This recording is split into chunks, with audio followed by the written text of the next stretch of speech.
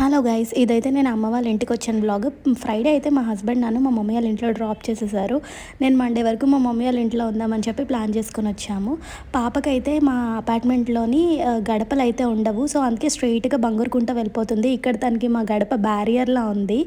ఇంటికి వస్తే నేను ఫుల్ ఫ్రీ అనమాట. ఏ పని చేయను. ఈవెన్ పాప విషయంలో కూడా నేను చేయను. అన్నీ మమ్మీ వాళ్ళే చూసుకుంటారు. ఇంకా నేను వెళ్ళే రోజు తాతగారి సంవత్సరికం అనమాట. సో ఎప్పుడు తాతగారి సంవత్సరికం చేసుకుంటాము. ఇప్పటి వరకు ఏ ఇయర్ కూడా మిస్ చేయలేదు. అమ్మ పరవాన్నం చేస్తుంది. పక్క నుంచి నేను వైజాగ్ తీసుకెళ్లాల్సినవని ప్యాక్ చేసుకుంటున్నాను. ప్రతిసారి ఇక్కడి నుంచి వెళ్ళేటప్పుడు ఏదో ఒకటి మోసుకొని వెళ్తానమాట. అంతే కదా, ప్రతిసారి ఏదో ఒకటి తీసుకెళ్తే అదొక హ్యాపీనెస్. ఇంకా తాతగారికి అయితే పూజ చేసేసాము. ఏదైనా వెనక పెట్టచ్చు కానీ పెద్దలకి పూజ చేయడంలో వెనక పెట్టకూడదు అని చెప్పి మా డాడీ ఎప్పుడు చెప్తుంటారు. దేవుడి బ్లెస్సింగ్స్ ఎంత ఇంపార్టెంటో మన పెద్దలు కూడా అంతే ఇంపార్టెంట్ అని చెప్తా ఉంటారు. సో మేము కూడా అది ఫాలో అవుతాము. ఇంకా టైం అయిపోతుంది. నాకు డ్రైవర్ అయితే రాలేదనమాట. డ్రైవర్ బాగా హ్యాండ్ ఇచ్చాడు. అప్పుడు డాడీ అప్పటికప్పుడు వెంటనే క్యాబ్ బుక్ చేసేసి నన్ను డ్రాప్ చేయడానికి అయితే వైజాగ్ నాతో పాటు వచ్చారనమాట.